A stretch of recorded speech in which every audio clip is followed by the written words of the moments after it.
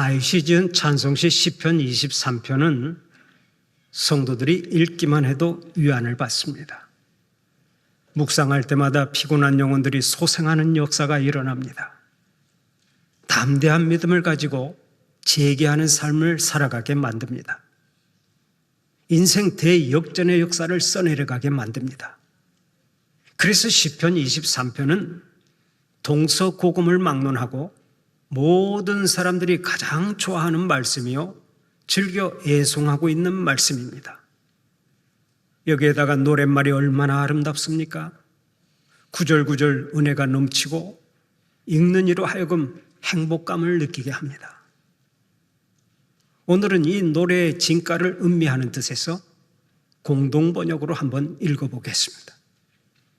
야훼는 나의 목자, 아쉬울 것이 없어라. 푸른 풀밭에 누워 놀게 하시고 물가로 이끌어 쉬게 하시니 지쳤던 이 몸에 생기가 넘친다.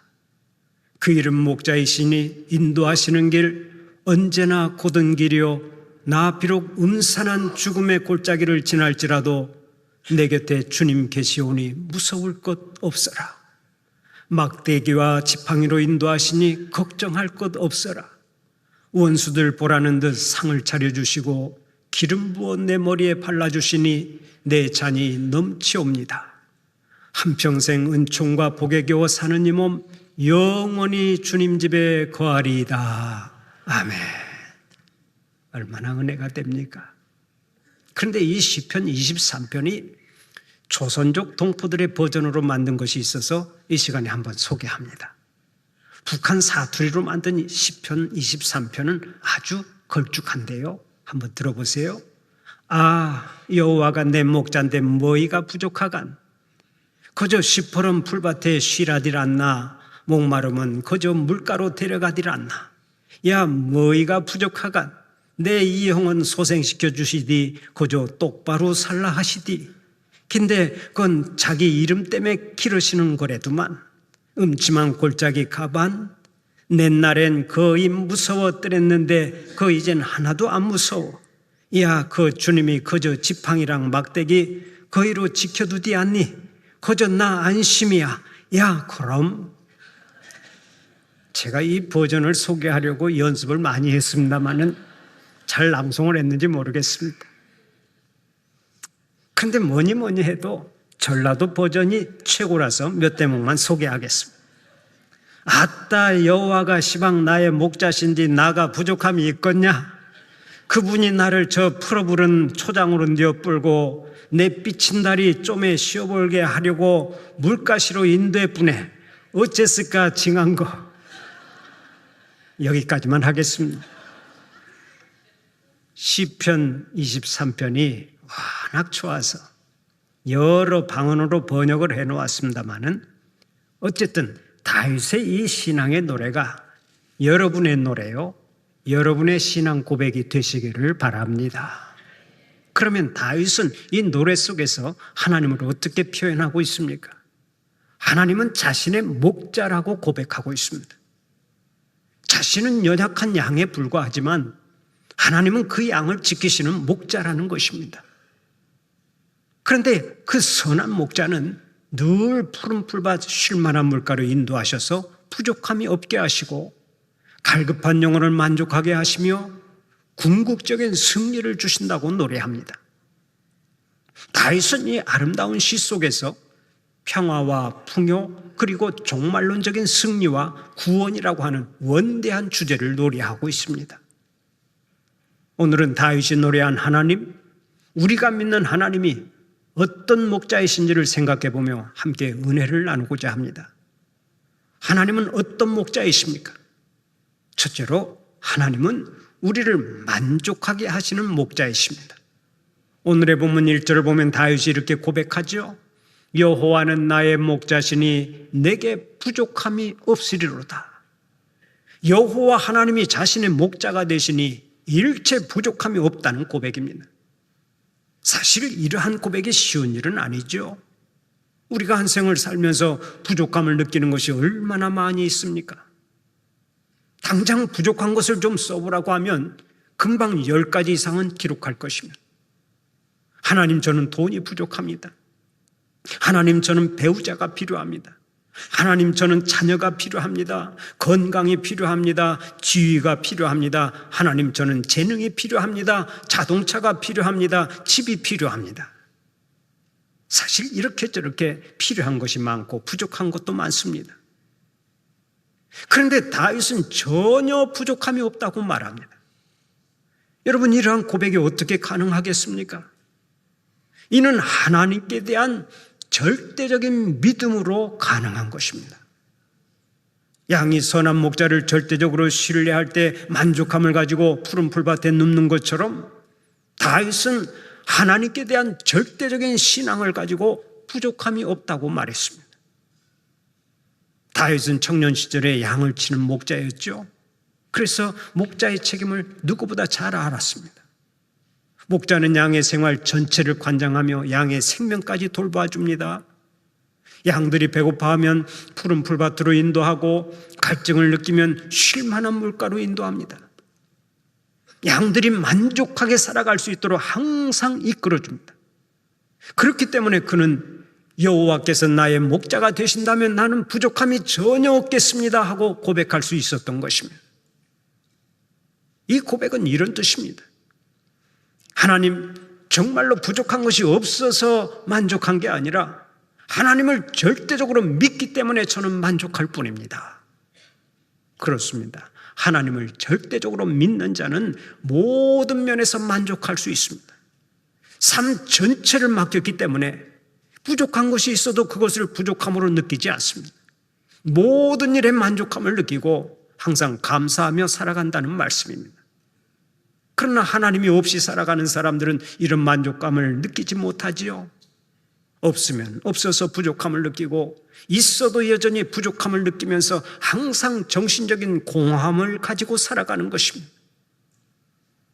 누구나 인정하는 사실입니다만 현대는 풍요의 시대입니다. 먹을 것과 입을 것이 넘쳐납니다. 모든 문화적 환경이나 여건들은 몇십 년 전과는 비교할 수 없을 만큼 풍요롭습니다. 그러나 현대인들이 느끼는 삶의 질은 어떻습니까? 많은 사람들이 물질적인 풍요로움 속에서 오히려 정신적인 공허를 느끼고 있습니다. 삶의 무의미 속에서 우울증에 시달리고 있습니다. 먹는 것, 입는 것, 사는 것들이 예전과는 비교할 수 없을 정도로 좋아졌음에도 불구하고 삶 속에서는 여전히 채워지지 않는 갈증을 느끼고 있습니다. 사람들마다 무엇인가에 쫓기는 인생을 살아갑니다. 학생들은 입시 전쟁 속에서 점수 몇 점에 생명을 겁니다. 젊은이들은 직장 구하기가 어렵고 결혼도 포기하며 살아갑니다. 평생 직장이라고 하는 단어는 옛말이 되었고 직장에서는 그 위치가 늘 불안하기만 합니다. 사업을 해도 항상 긴장감이 맴돕니다. 한순간만 방심하면 평생을 공들인 탑이 다 무너져 버리기 때문입니다. 현대인들은 마치 굶주린 늑대처럼 무엇인가를 찾아 헤매며 오늘도 쫓기는 삶을 살아가고 있는 것입니다. 그런데 오늘의 본문을 기록한 다윗은 내게 부족함이 없으리로다 하고 고백을 합니다. 이 말은 하나님, 저는 더 이상 바랄 것이 없습니다 하는 뜻으로 최고의 만족스러운 상태를 뜻하는 것입니다. 이 말을 듣고 많은 사람들이 이렇게 생각합니다. 다윗이 얼마나 많은 복을 받았기에 더 이상 바랄 것이 없다고 고백할까? 그러나 실상은 그렇지 않습니다. 시편 23편은 다윗이 인생 말년에 쓴 시입니다. 그런데 이 시를 쓸 때는 다윗이 사랑하는 아들 압살롬의 반역 때문에 도망다니던 상황에서 기록한 것입니다. 아들이 아버지를 죽이겠다고 칼을 들고 쫓아다니는 상황을 보고 많은 사람들이 비아냥거렸습니다. 하나님이 살아계신다면 어찌 그런 일이 있을 수 있는가? 사람들의 조롱이 난무했습니다. 보통 사람 같으면 이런 말을 들었을 때 식음을 전폐하고 들어 누웠을 것입니다. 그러나 다윗은 이렇게 고백하고 있습니다. 하나님, 저는 더 이상 바랄 것이 없습니다. 저에게는 부족함이 없습니다. 어떻게 보면 말도 안 되는 고백을 하고 있는 것입니다. 그러나 다윗이 이렇게 고백할 수 있었던 것은 목자 되신 하나님을 절대적으로 믿었기 때문입니다. 목자 되신 하나님께서는 그 시련까지도 합력하여 선을 이루어 주실 줄로 확실히 믿으니까 저는 부족함이 없습니다 하고 고백했던 것입니다. 미국의 재벌 카네기는 이런 말을 한 바 있습니다. 재벌들의 얼굴에는 웃음이 없다. 돈이 많기로 하면 재벌들보다 많은 사람이 없습니다. 그런데 그들에게는 웃음이 없다는 것입니다. 왜 그렇습니까? 만족함이 없기 때문입니다. 그러나 하나님을 목자로 모신 성도에게는 웃음이 있습니다. 기쁨이 있습니다. 만족함이 있습니다. 목자 되신 하나님께서 걸음걸음 지키시고 도우시고 채워주시고 인도해 주실 것을 확실히 믿기 때문입니다. 사랑하는 우리 성도들은 날마다 채워주시는 은혜에 감사하면서 만족한 가슴으로 살아가시기를 간절히 축원합니다. 두 번째로 하나님은 우리를 인도하시는 목자이십니다. 오늘의 본문 2절 3절을 보면 이렇게 말씀하고 있습니다. 그가 나를 푸른 풀밭에 누이시며 쉴만한 물가로 인도하시는도다. 내 영혼을 소생시키고 자기 이름을 위하여 의의 길로 인도하시는도다. 하나님은 우리를 인도하시는 목자라고 고백하고 있습니다. 이스라엘 광야에는 길이 굉장히 많습니다. 그것을 트레일이라고 말합니다. 일부러 닦아놓은 길이 아니라 누군가가 자꾸 밟아서 생긴 산길 같은 것을 트레일이라고 말을 하는데 본문에서 말하는 의의 길이 바로 이러한 길을 뜻하는 것입니다. 짐승이 밟았던 사람이 밟았던 광야에는 수많은 길이 있습니다. 하지만 사나운 짐승이 밟아서 생긴 길로 들어서면 양은 곧바로 죽고 맙니다. 그러므로 양은 죽음의 길로 가면 안 됩니다. 언제나 생명의 길로 가야 합니다. 좋은 길, 복된 길, 생명의 길을 선택해야 하는 것입니다. 그런데 이 선택이 얼마나 어렵고 힘든 일입니까? 오늘도 사람들마다 이런 생각을 하며 살아갑니다. 나는 어느 대학에 가야 하는가? 나는 누구와 결혼해야 하는가? 나는 어떤 직장을 가져야 하는가? 나는 어떤 사업을 해야 하는가? 나는 지금 어디에 투자를 해야 하는가? 여러 가지 다른 상황에서 무언가를 결정한다고 하는 것은 쉬운 일이 아닙니다. 참으로 어려울 때가 많습니다. 그런데 우리는 누가 갈 길을 인도해 주신다고 했습니까? 바로 목자 되신 하나님께서 우리의 갈 길을 인도해 주신다는 것입니다. 이것이 얼마나 감사한 일입니까? 겉으로 보기에는 환한 길이고 영화의 길 같지만 종국에는 사망으로 인도하는 길이 있습니다. 그런데 하나님께서는 우리에게 언제나 승리의 길, 생명의 길, 축복의 길, 영광의 길로 인도해 주시고 진히 영광 받으시는 줄 믿으시기 바랍니다. 아프리카의 최전방 선교지에 있던 한 여자 선교사가 위독한 병에 걸렸습니다. 게다가 한 달 동안 생활비도 도착하지 않아서 매일 보리죽과 깡통에 든 분유만으로 겨우 연명하며 살았습니다. 그때 선교사는 하나님의 사랑을 의심하기도 했습니다. 그런데 약 30일 정도 지나자 건강이 완전히 회복됐고 생활비도 도착해서 정상적인 생활을 할 수 있었습니다. 그 후 얼마 있지 않아 안식년차 귀국한 그 선교사님이 당시에 힘들었던 경험을 간증했습니다. 예배가 끝났습니다. 그러자 한 의사가 찾아와 그 선교사님에게 이렇게 말했습니다. 선교사님, 만약 선교사님의 생활비가 제때 들어왔더라면 선교사님은 아마 돌아가셨을 것입니다. 사실 그런 소화장애 질병은 약 30일 동안 보리죽 처방을 해야 낫는 병입니다. 그제야 그 선교사는 하나님께서 어떻게 자기를 인도하며 돌봐주셨는지를 깨닫고 더욱 감사했다는 일화가 있습니다. 우리가 믿는 하나님은 우리를 친히 인도하시는 하나님이십니다. 그러므로 우리가 걱정할 것은 아무것도 없습니다. 목자 되신 하나님께 모든 것을 맡기고 하나님을 따라가기만 하면 되는 것입니다. 양은 동물 중에서 가장 어리석은 동물로 알려져 있습니다. 왜 그런 줄 아세요? 양은 집에서 나가기는 하지만 자기 힘으로는 스스로 집을 찾아오지 못하기 때문입니다. 참 우둔한 짐승이에요. 세상의 미물인 참새나 제비도 하루 종일 돌아다니다가 저녁이 되면 전부 다 자기 집을 잘도 찾아옵니다. 그런데 양은 자기 집을 찾아오지 못합니다. 그래서 목자가 꼭 인도해 주어야 하는 것입니다. 양이 이렇게 어리석고 우둔한 동물인데 오늘 또 어리석은 인간들은 양처럼 계속해서 어리석은 질문만을 거듭하며 살아갑니다. 인간은 어디서 왔는가? 인간은 무엇하러 왔는가? 인간은 도대체 어디로 가는가? 하나님께서 이미 가르쳐 주셨는데도 엉뚱한 데서 답을 찾으려고 애를 쓰고 방황합니다. 그래서 주님은 오늘 또 성경을 통해 분명한 해답을 주시는 것입니다. 인간은 하나님이 창조하신 피조물로서 오직 하나님께로부터 왔고 하나님의 영광을 위해 살다가 종국에는 하나님께 돌아가느니라. 그러므로 인간은 인생의 주인 되신 하나님의 인도하심을 받고 살아야 하느니라. 이 세상에 그 어느 인생이든지 하나님의 인도하심을 받지 않고는 누구도 하나님의 나라에 들어갈 수가 없습니다. 그래서 예수님은 오늘 또 우리에게 친히 말씀하시는 거예요. 내가 곧 길이요 진리요 생명이니 나로 말미암지 않고는 아버지께로 올 자가 없느니라. 우리는 하나님의 백성이요 그의 기르시는 양입니다. 그러므로 우리는 우리의 인도자가 되시는 하나님만을 따라가야 합니다. 사랑하는 우리 성도들은 목자 되신 하나님만을 따라가면서 늘 행복을 노래하시고 범사에 승리하는 자들이 되시기를 축원합니다.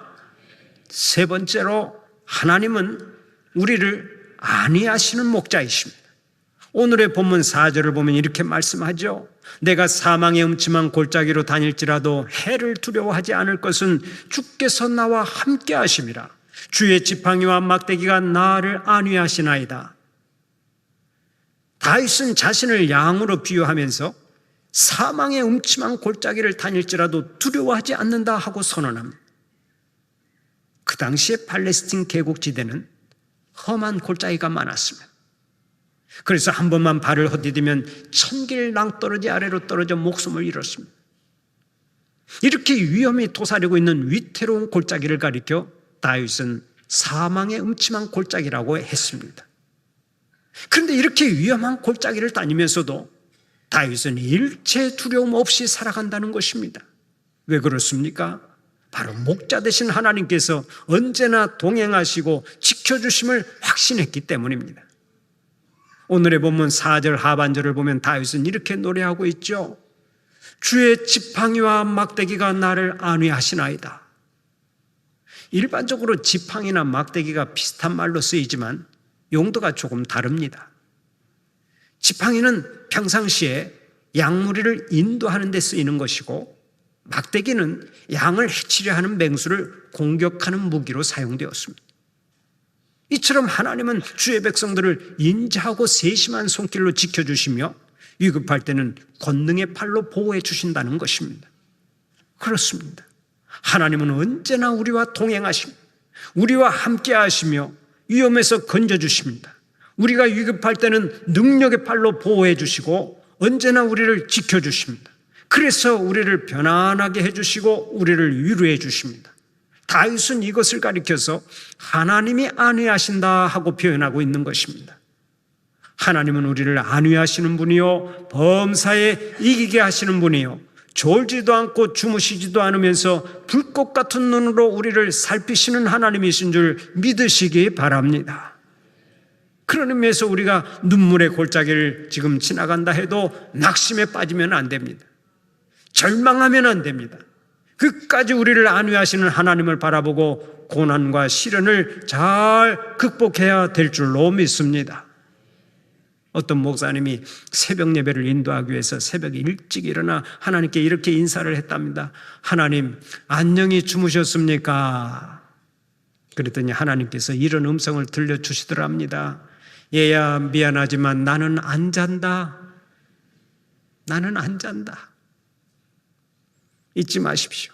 하나님은 졸지도 아니하시고 주무시지도 아니하시면서 때마다 순간마다 우리를 지키시는 분이십니다.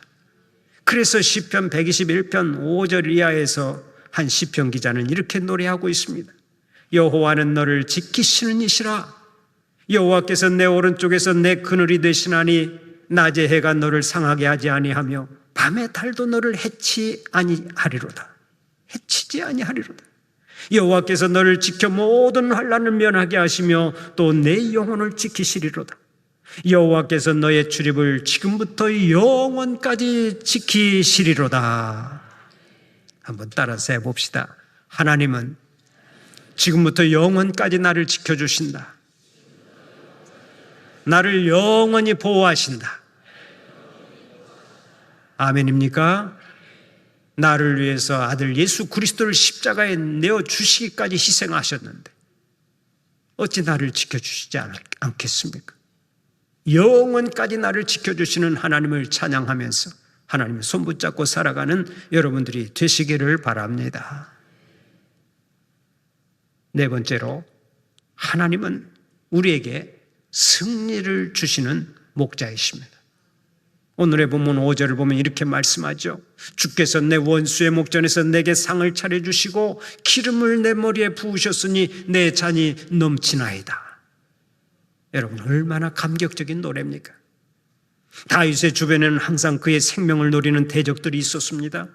그러나 하나님은 그 모든 대적들을 물리쳐 주시고 승리를 주셨습니다. 원수의 목전에서까지 밥상을 차려주시고 영화롭게 하셨습니다. 언제나 평안하게 하시고 영적 만족을 누릴 수 있게 하셨습니다. 그래서 기쁨의 잔이 넘친다고 고백했습니다. 바로 이것이 여호와를 목자로 삼는 자에게 주시는 복입니다. 인생을 살면서 아무리 큰 어려움을 만나도 하나님은 반드시 승리를 주십니다. 반드시 해피엔딩으로 끝나도록 복을 주십니다. 그렇다면 성도는 너나 할 것 없이 이미 이긴 싸움을 하는 것입니다. 승리를 보장받고 오늘 또 인생의 길을 가는 것입니다. 사실 이보다 더 든든하고 신나는 일이 어디 있겠습니까? 예를 한번 들어봅시다. 어떤 학생이 육군 사관학교에 들어가기를 원했습니다. 그런데 이미 합격이 보장되어 있고 형식적으로 필기시험만 치르면 됩니다. 교장 선생님도 그를 불러서 말합니다. 너 이번에 시험만 치러라. 그러면 이름만 써도 합격이야. 이런 형편이라면 이 학생이 얼마나 신이 나겠습니까? 이런 것을 가리켜서 식은 죽 먹기라고 말하고 누워서 숨쉬기라고 말합니다. 우리도 마찬가지입니다. 우리는 이미 하나님의 백성이 되었습니다. 하나님을 목자로 삼고 사는 양들입니다. 그러므로 하나님은 언제나 만족하게 하시고 좋은 길로 인도하십니다. 때를 따라 안위하시고 범사에 승리하게 하십니다. 이보다 더 쉬운 길이 어디 있습니까? 믿음 생활을 절대로 어렵게 하지 마세요. 우리는 이미 이긴 싸움을 하는 거예요.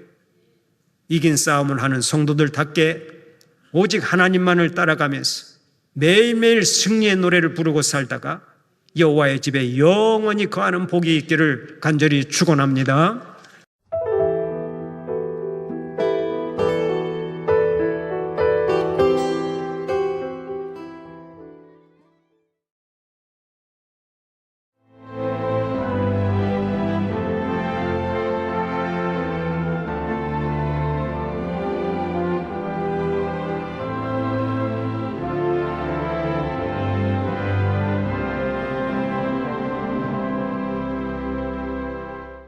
여수는 섬과 바다를 연계하는 5개만의 보전과 균형 개발을 통해 여수만 르네상스 시대를 열어가고자 합니다. 이제 여수의 새로운 미래, 여수만 르네상스가 실현됩니다. 누구보다 먼저, 누구보다 빠르게 미래를 준비해온 전라남도. 교육과 삶, 여행 같은 일상은 행복으로, 미래에 한 발 더 가까이 대한민국의 산업을 지탱하는 그 힘은 전라남도에 있습니다. 푸른 바다와 청정 자연, 한국의 깊은 숨결을 간직한 곳. 맛과 멋이 어우러진 전 세계인들의 축제의 장. 전라남도가 여러분을 기다립니다. 명품 관광도시 전남으로 오세요.